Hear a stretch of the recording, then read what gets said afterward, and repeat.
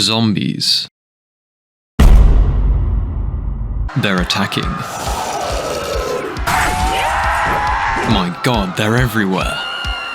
You can't hide. You can't outrun them. No place is safe. They're after one thing, and one thing only. Your brains.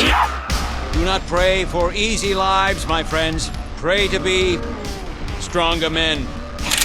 The Reckoning 3rd Stage is a campaign mod for Mount & Blade Warband which completely transforms Calradia into an undead apocalypse, adding zombies, guns, and Lexus cars for some reason. I don't think this mod is sponsored by Lexus. 3rd Stage is actually part of a trilogy, with the other mods being simply The Reckoning and The New Beginning. I chose to play this one because it looked the most complete. Like a lot of custom campaigns, the map is just a reskin of Calradia, but with themed locations such as cities, shipwrecks, and abandoned towns. But, with no further delay, I present to you now the story of one man and his travels across the wastes. Some say a hero, some say a scoundrel. This is Paul Blart. Before the outbreak, he worked security. More security. After losing all his family and friends, all he has left is his badge, his gun, and his trusty baton, which he uses to deliver brutal mall cop justice to ne'er-do-wells. Having almost nothing to his name, Blart decides to journey onwards, in search of new frontiers. Until his car breaks down out in the middle of nowhere and he's forced to get out and scout around. Who's that in the distance? My god, Paul, he's coming for your brains! Quick, shoot him!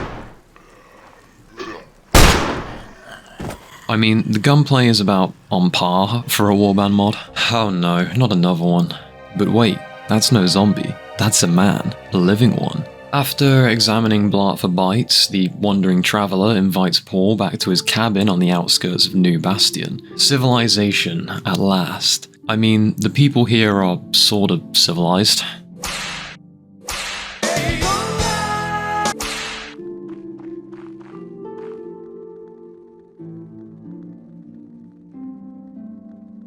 The Wanderer asks for Paul's help. His daughter went missing and he wants the mall cop to go looking for her. Blart is nothing but sympathetic to the man's plight. He knows what it's like to lose a loved one, so he agrees. Firstly, he's gonna need some men. Manly men. Men who chew nails and spit molten iron. Men who cosplay as goons from Fallout. Paul heads off alone into the desolate wastes, in search of supplies that he can trade with the local leaders in exchange for good hardened recruits. The map features many locations that can be visited with the hope of acquiring resources. These locations are all overrun with zombies that need to be dealt with accordingly. Luckily for Paul, those baton self-defense classes are really paying off here. The zombies attack very slowly, meaning it's hard to actually take damage unless you're trying to do something silly.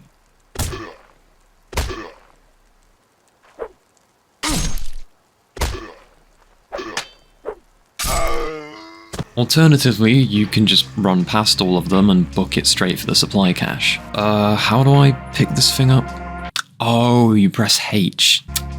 Silly me. Blart's scavenger mission eventually takes him to a shipwreck just along the coast here. What a twist, it's a ghost ship.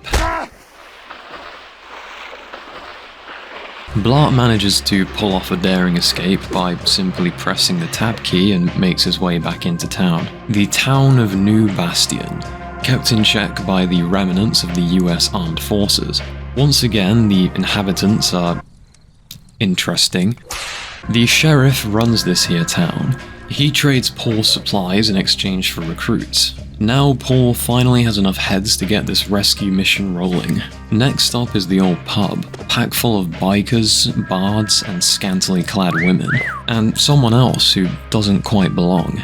This is Jeremy, philosopher and traveling surgeon. The two hit it off and soon Jeremy agrees to accompany Blart on his daring mission across the wastes. They make contact with the Wanderer from before, who sends the newly formed posse in the direction of an old farmstead, which he thinks is a good place to start looking for his daughter's whereabouts. However, during the trip they are ambushed by a gang of wild zomboys, and they want brains.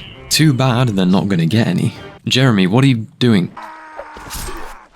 Kid's got guts, I'll give him that. Paul and the crew fend off the rest of the zombies and resume their journey towards the abandoned farmhouse. Once there, what do they find but more soybees? Is that a... One of the zombies is unlike the others. He wears strange tattoos and armor fashioned from animal hides. By Jove, it's a cannibal. He has a note describing the exact location of his clan's hideout, because of course he does. Not only are most cannibals literate, but they also carry ID. Being their only lead, the Blart gang decides to follow up by paying these bozos a visit. As it turns out, they have guns. Despite his years in mall enforcement, this is the first time Paul has ever been shot at, but that's okay because the squad is on the flank. After a brief gunfight, the man-eaters are dead. Paul and the crew take to searching the camp. Eventually, they come across the missing girl, surprisingly still alive. Phew, time to get back to New Bastion. I'm sure the Wanderer will be more than pleased to have his daughter back. Mission accomplished, lads. Jeremy, you did a bang-up job, mate. But what else is there to do in this mod? Well, if you've played Warband or any custom campaign before, you know that the content for the most part is usually the same. That being just reskinned versions of base game factions and missions. So honestly, not a lot to do once you get past the basic novelty. But Paul decides to venture out anyway, in search of glory, fame, and fortune. Surviving in the frontiers of this undead nightmare. Just himself, Jeremy, and their small crew. They don't get far out of Bastion before Blart and his forces encounter a group of army deserters. Bloodthirsty and desperate, they begin to fire at the mall squad. Outmanned and outgunned, one by one Blart's men are picked off in a barrage of bullets. The horror. Blart is shot in the leg, critically wounded, and is captured by the army goons. Now a prisoner of the gang, days and days go by until he eventually manages to escape his captors. He's not alone. Jeremy escapes too, and the duo set out once again into the vast and unforgiving wilderness. They are pursued by another separate gang of army deserters. But if you don't have any recruits in your party, you can just choose to leave when they threaten you, which is really funny. They keep coming back though, and they don't stop, which is really annoying. Paul and Jeremy eventually find employment within the army of the church. Yes, that church.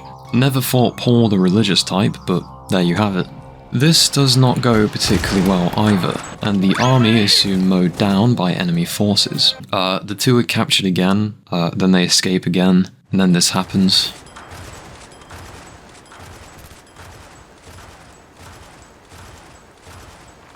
After gathering some supplies, Blart returns to town and hires himself some furries from the bar. I hope you guys are ready, because the next battle is one that we have no chance of possibly winning.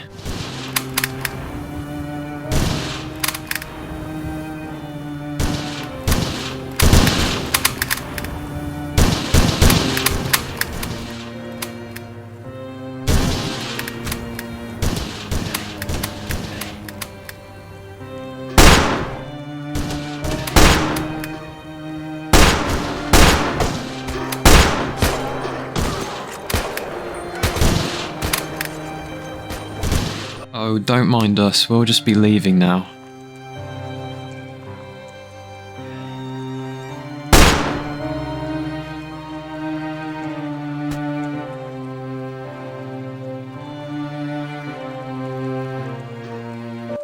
You motherfucker.